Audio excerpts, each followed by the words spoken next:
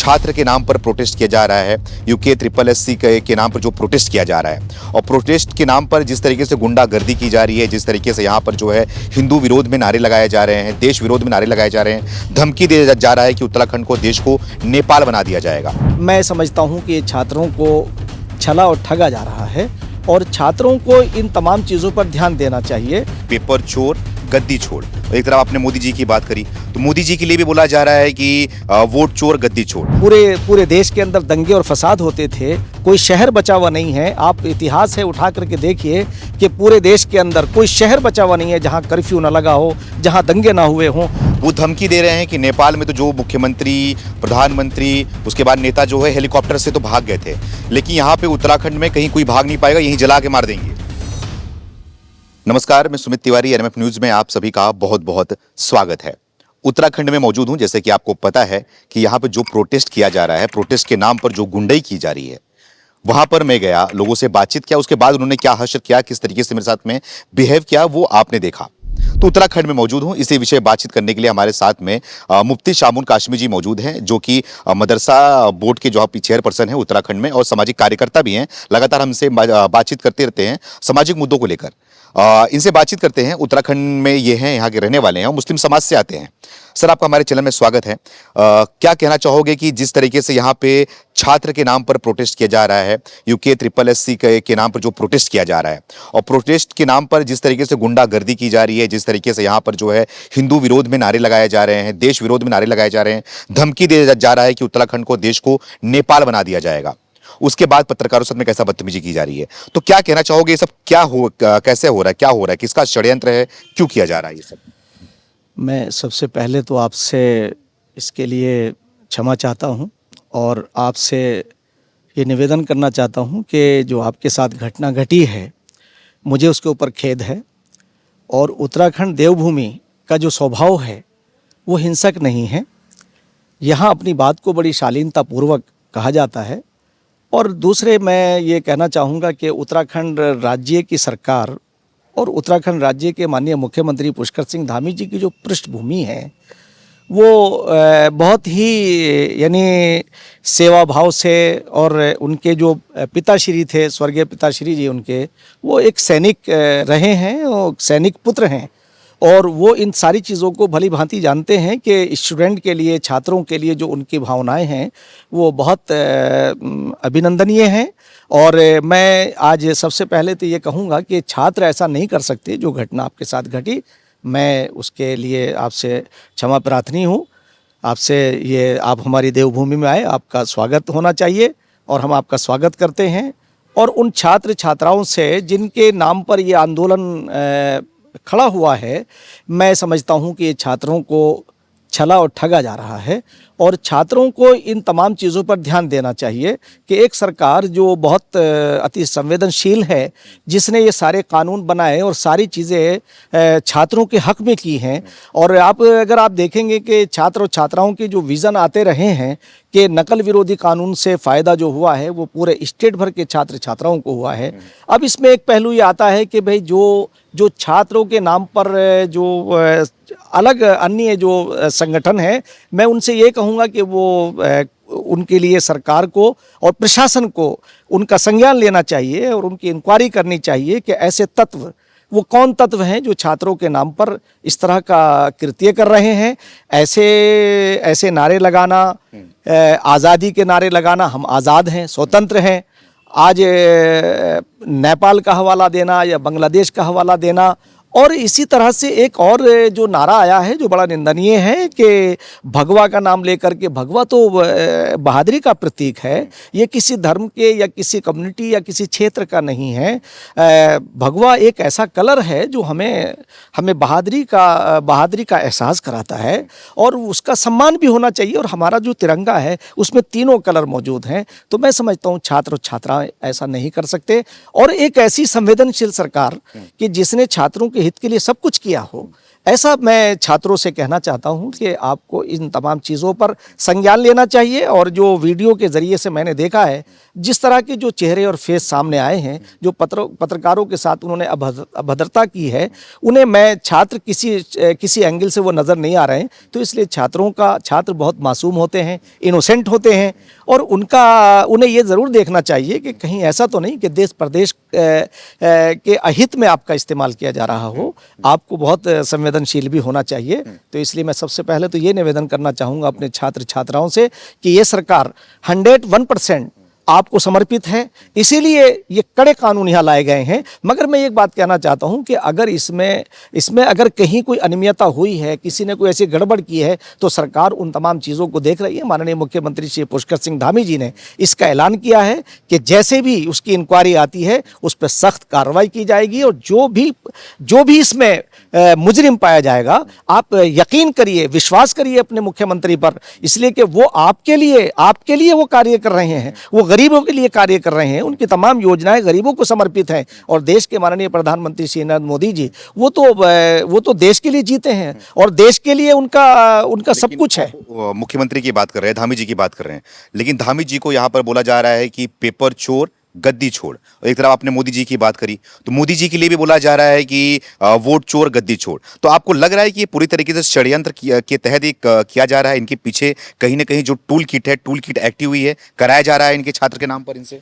मैं उनसे ये कहना चाहता हूँ, जो ये 2 नारे दे रहे हैं, ये दरअसल भूल रहे हैं उन चीज़ों को कि क्योंकि कांग्रेस के द्वारा और अन्य विपक्षी दलों के द्वारा एक माहौल बनाने का प्रयास किया जा रहा है, यानी एक षड्यंत्र रचा जा रहा है कि इनोसेंट बच्चों को इस्तेमाल किया जा रहा है। 60 साल के अंदर, लंबे कार्यकाल के अंदर जो देश को उन्नति पर नहीं ला सके, जिनके अराजकता थी, जहां पूरे देश के अंदर दंगे और फसाद होते थे, कोई शहर बचा हुआ नहीं है। आप इतिहास है उठा करके देखिए कि पूरे देश के अंदर कोई शहर बचा हुआ नहीं है जहां कर्फ्यू ना लगा हो, जहां दंगे ना हुए हों। आज 11 साल के अंदर माननीय प्रधानमंत्री श्री नरेंद्र मोदी जी 140 करोड़ की बात लेके चलते हैं, 80 करोड़ को राहत सामग्री फराहम करते हैं, और जितनी योजनाएं हैं सब गरीबों के लिए है, आम लोगों के लिए है। अभी आप देखिए कि जीएसटी को कम किया, जो जीएसटी 28% थी उसे 12 और 5% पे लाके खड़ा कर दिया। उससे तमाम बगैर किसी भेदभाव के सबको फ़ायदा हुआ है। और मैं समझता हूं कि एक ऐसी सरकार जो जनहित को समर्पित है, आप उनके लिए ये कैसे कह सकते हैं? और जहां तक जो वोट की बात करते हैं, अभी ये आया है जो इलेक्शन कमीशन के ज़रिए से और तमाम मीडिया के ज़रिए से आया है कि कई जगहों पर लोगों के वोट थे। अगर एक देश एक वोट होना चाहिए, और ये उनका इस्तेमाल करते थे। अब वोट चोर कौन है भाई? आप इसके ऊपर भी अगर एक इंक्वायरी होनी चाहिए। मैं समझता हूं कि इन सारी चीज़ों की इंक्वायरी होनी चाहिए कि जिस तरह से एक भ्रम पैदा कर रहे हैं। मैं पिछले दौर में ले जाना चाहता हूं कि अन्ना का जब हमारा मूवमेंट शुरू हुआ, तो सुमित जी आपने देखा, आपने तो उसे कवर भी किया उस ज़माने में। तो मैं आपको ये कहना चाहूँगा कि कितना करप्शन था, और वो किस तरह से उस करप्शन की तह निकल करके सामने आती थी। यानी हम सब लोग शशदर रह जाते थे जब जन लोकपाल की हमारी लड़ाई थी, और अन्ना हजारे ने जिसको लीड किया था, और वो पूरे का पूरा जो आंदोलन था वो अहिंसक था। आप अपनी बात को कह सकते हैं, मगर हिंसा का सहारा नहीं लीजिए। हम एक अहिंसक देश के नागरिक हैं। तो मैं छात्र और छात्राओं से ये कहूँगा कि आपको अपनी बात कहने का पूरा अधिकार है, आपको आंदोलन करने का अधिकार है, मगर वो आंदोलन आपका हिंसक नहीं होना चाहिए। वो उन मुद्दों को लेकर होना चाहिए कि जो मुद्दे जनहित के हों, जो छात्र और छात्राओं के जीवन से ताल्लुक़ रखते हों। अगर आप किसी का इस्तेमाल होंगे तो ये गलत है। तो इसलिए मैं यही बात कहना चाहूँगा। राहुल गांधी ने भी बोला था कुछ दिन पहले कि देश के जो नेंजी हैं वो सड़कों पे आएंगे, संविधान को बचाएंगे, और उसके बाद हुआ वही। उत्तराखंड की बात करें, उसके बाद लद्दाख की बात करें, देश में कई हिस्सों पर भी जो है इस तरीके से काम अब किया भी जा रहा है, आगे भी बढ़ रहे हैं इसमें। तो क्या कहना चाहोगे कि ये उसी का किया कराया है? राहुल गांधी ने जब बोला कि निंजी बाहर आएंगे, अब निंजी बाहर आना शुरू हो गए।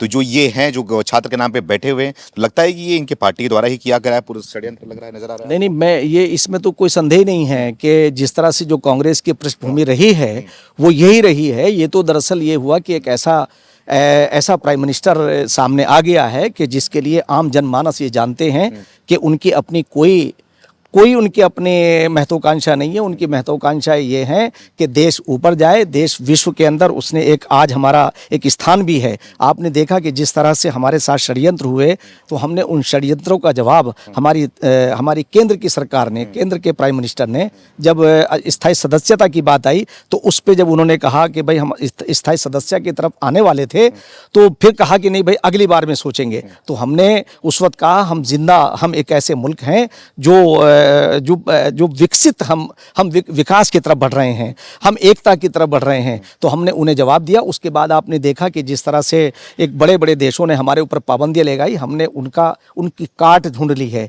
और हमारी काट क्या है? हमारी यूनिटी है, हमारी एकता है। तो उसमें कांग्रेस और कांग्रेस के राजकुमार राहुल गांधी जी, उन्हें इस बात की परेशानी हो रही है। वो पूरा जो ग्रुप है वो इसमें लगा हुआ है। तो इसलिए मैं अपने उन बच्चों से, उन छात्र छात्राओं से ये कहना चाहूँगा कि अगर आप इनके झांसे में आ जाते हैं तो यही आपके लिए नुकसानदायक होगा। हमारा देश फिर पीछे चला जाएगा। हमने इस देश को, हमारे बड़ों ने बहुत ही कुर्बानियाँ दे करके आज़ाद कराया। मैं आज आपके बीच में ये बात कहना चाहूँगा आपके माध्यम से कि हमारे छात्र और छात्राएं ये बहुत इनोसेंट हैं, उनका इस्तेमाल किया जा रहा है। मैं उनके गार्जियनों से अपील करूँगा कि आप एक ऐसी सरकार जो जनहित को समर्पित है, और ख़ासतौर से उत्तराखंड के जो माननीय मुख्यमंत्री श्री पुष्कर सिंह धामी जी हैं, अब तक के इस पूरे कार्यकाल के अंदर जो उनका कार्यकाल रहा है, 4 साल गुजर चुके हैं, 5वें साल में प्रवेश कर चुके हैं। पहले मुख्यमंत्री हैं कि जो उत्तराखंड के अंदर इस तरह के उन्होंने कड़े कानून बनाए, कभी कोई परवाह नहीं की, और सिर्फ आम जनमानस को, जनहित को सामने रखते हुए उन्होंने कानून बनाए हैं। और एक भी जगह कोई ऐसा नहीं है किसी एक समुदाय को भी टारगेट किया गया हो। इसलिए मैं एक बात ये कहना चाहूँगा कि जो लोग ये बात कर रहे हैं वो अपने उन षड्यंत्रों में कामयाब नहीं हो पाएंगे। ये भारत है और भारत के लोगों के अंदर भारतीयता पहले से मौजूद है। हम भारतीय हैं। हम षड्यंत्रों के तहत तो हम भारतीय तो आप बात कर रहे हैं, जो बैठे हुए हैं वो भी सोकोल्ड भारतीय है ना, वो भी सोकोल्ड छात्र ही वहां बैठे हुए हैं। वो धमकी दे रहे हैं कि नेपाल में तो जो मुख्यमंत्री, प्रधानमंत्री, उसके बाद नेता जो है हेलीकॉप्टर से तो भाग गए थे, लेकिन यहाँ पे उत्तराखंड में कहीं कोई भाग नहीं पाएगा, यहीं जला के मार देंगे। ये खुल के धमकी दे रहे हैं। मैं समझता हूं कि ये उनके लिए जो ये बातें कह रहे हैं, ये वही इसके अपने खोदे हुए में, जैसे चाह कुन दर चाह पेश, फारसी का एक शब्द है कि गड्ढा खोदने वाले के सामने गड्ढा है, यानी जो दूसरे के लिए खोदता है वो खुद उसमें गिरता है। मैं ये समझ पाया हूं कि इस तरह का एक माहौल बनाना और इस तरह की बात करना, ये तो आप तब कहेंगे ना कि जब कोई सरकार जनहानि का काम कर रही हो। ये तो 100% मैं समझता हूं। अगर आप निकलें, आप स्वयं जो है सड़कों पे निकलिए, आप दुकानदार से पूछिए, आप आम जनमानस से पूछिए कि वो ये आपको बताएंगे। जब आप जाके कहेंगे कि सरकार कैसा काम कर रही है, तो वो बताएंगे कि ये सरकार सबसे अच्छा काम कर रही है। और मैं ये बात कह सकता हूं सुमित जी कि आप ये सरकार बगैर किसी उसके, मैं बात कह रहा हूं अपने अनुभव की बेस पर ये बात कह रहा हूं कि आप ये देखेंगे कि अब तक की सरकार, मैं ये नहीं कहता हूं और सरकारें, सारी सरकारें अच्छा काम करती हैं, मगर माननीय मुख्यमंत्री पुष्कर सिंह धामी जी, क्योंकि उनकी पृष्ठभूमि जैसे प्रधानमंत्री के एक आम आदमी की है, इसी तरह से हमारे मुख्यमंत्री श्री पुष्कर सिंह धामी जी की आम आदमी की है। उन्हें समझने का प्रयास करिए। वो यहाँ के छात्र छात्राओं को, यहाँ की जनता को समर्पित है उनका जीवन। यही वजह है कि आप देखते हैं कि निरंतर उनका जो कार्य आगे बढ़ रहा है और कोई संकोच नहीं करते हैं। जितने कानून वो लेकर के आए हैं देश प्रदेश के अंदर, नकल विरोधी जो कानून है, और इसमें आपको मैं बता दूं कि जो ये जो इस वक्त प्रकरण सामने आया है, वो कोई भी कितना ताकतवर होगा वो बच नहीं पाएगा। कुछ लोग गिरफ्त में आ चुके हैं और गिरफ्त में आ रहे हैं। हमारा पुलिस प्रशासन का नाम था खालिद है, उसके घर में बुलडोजर भी चल रहा है, उसके बारे में क्या कहना चाहोगे? अब ये भी एंगल निकाला जा रहा है कि वो मुसलमान था, इसके लिए जो है वो उसके घर पे बुलडोजर चलाया जा रहा है। इसकी भी मांग उठ रही है, उसके घर पे बुलडोजर क्यों चल रहा है, क्या करेंगे? नहीं, आप एक बात बताइए कि उसकी जो पृष्ठभूमि सामने आई है खालिद की, जिस तरह से उसकी 2 बहनों का इन्वॉल्वमेंट है, और इसी तरह से एक प्रोफेसर है जिन्हें उन्होंने ये सब चीज़ें भेजी, वो अलग बात है कि ये भी आ रहा है सामने कि उसे, इसीलिए तो कहा जा रहा है कि वो उसमें कामयाब नहीं हुए, फेल हो गए। मगर आप ये बताइए कि साहस तो देखिए, दुस्साहस कोई भी करे, मैं समझता हूं कि और मुसलमान को एज ए मुसलमान के चाहिए। अगर वो अपने आप को ये कहता कि मुसलमान तो हो जिसका मुसल्लम ईमान हो, जो कोई भी गलत काम ना करता हो। ये तो मैं समझता हूँ कि इस तरह के लोग तो अपने धर्म को और अपनी कम्युनिटी को बदनाम करने वाले लोग हैं। आप ये अगर उसके घर पे बिल्डोजर चल रहा है या उसके घर पे बिल्डोजर क्यों नहीं चलना चाहिए? जो भी खाती हो, जिसने भी खता की हो, उसके ऊपर चलना चाहिए। उसका नाम ही तो खालिद है, उसका नाम अरबी में है। अगर कोई हिंदी वाला हो या कोई अरबी वाला हो, जो भी गलत काम करेगा उसके ऊपर ये कार्रवाई होनी चाहिए। और यही निष्पक्षता की बात है। अगर उसने ये सारे षड्यंत्र किए और जिस तरह से उसकी सारी चीजें सामने आ रही हैं और पुलिस विभाग ने सामने ला कर रखी है। मैंने कल अपने एसएसपी की प्रेस ब्रीफिंग सुनी तो किस किस तरह से कहाँ तक वो पहुंचा है और पुलिस ने कितनी त्वरित कार्रवाई की है कि उस प्रोफेसर को भी गिरफ्तार कर लिया कि जिससे उन्हें सॉल्व कराने के लिए भेजा गया था। तो और वो उसमें कामयाब नहीं हो सके। तो मैं समझता हूं कि फिर भी माननीय मुख्यमंत्री श्री पुष्कर सिंह धामी जी के और उनकी सरकार के ऊपर आप विश्वास करिए, भरोसा करिए। मैं छात्र और छात्राओं से ये कहना चाहूंगा कि आपका मिसयूज नहीं होना चाहिए। आपके नाम का कोई गलत फायदा ना उठाए। आप उन लोगों से अलग हटिए और सीधे मुख्यमंत्री जी से, आपकी कोई अगर बात है तो सीधे मुख्यमंत्री जी से आप संवाद करिए, आप वो रास्ता निकालिए। और मैं समझता हूं कि आपके लिए और आपके परिवार के लिए, प्रदेश के लिए सबसे अच्छा रास्ता ये है और हम सबके लिए कि हम संवाद का रास्ता इख्तियार करें। हम कोई भी ऐसी हिंसा ना करें। सीएम धामी जी ने एक शब्द का इस्तेमाल किया, नकल जिहाद नहीं चलने दूंगा, इसको खत्म करके रहूंगा। तो लग रहा है आपको नकल जिहाद वाकई में ये फैल रहा है, पनप रहा है उत्तराखंड? देखिए, असल में जो माननीय मुख्यमंत्री का जो कहना है वो इसे अन्यथा ना लिया जाए। जिहाद का मतलब ये है कि जो लोग इसमें इस तरह के संघर्ष करते रहते हैं वो कोई भी हों, अगर कोई इसमें अगर किसी भी बड़े से बड़ी ताकत का इन्वॉल्वमेंट होगा वो भी नहीं बख्शा जाएगा। तो उनका ये लफ्ज़ लेने का मतलब ये नहीं कि किसी कम्युनिटी विशेष को वो कह रहे हैं। इस पे उनका मैं ये कहना चाहूँगा, उनका तात्पर्य ये है कि जो भी इस तरह की चीज़ें करेंगे हम उसे पनपने नहीं देंगे। ये उनका तात्पर्य ये है, ना कि उनका तात्पर्य ये है कि किसी एक आदमी को जो भी इसमें निकल करके आएंगे। उन्होंने हाकिम सिंह रावत को भी गिरफ्तार किया है।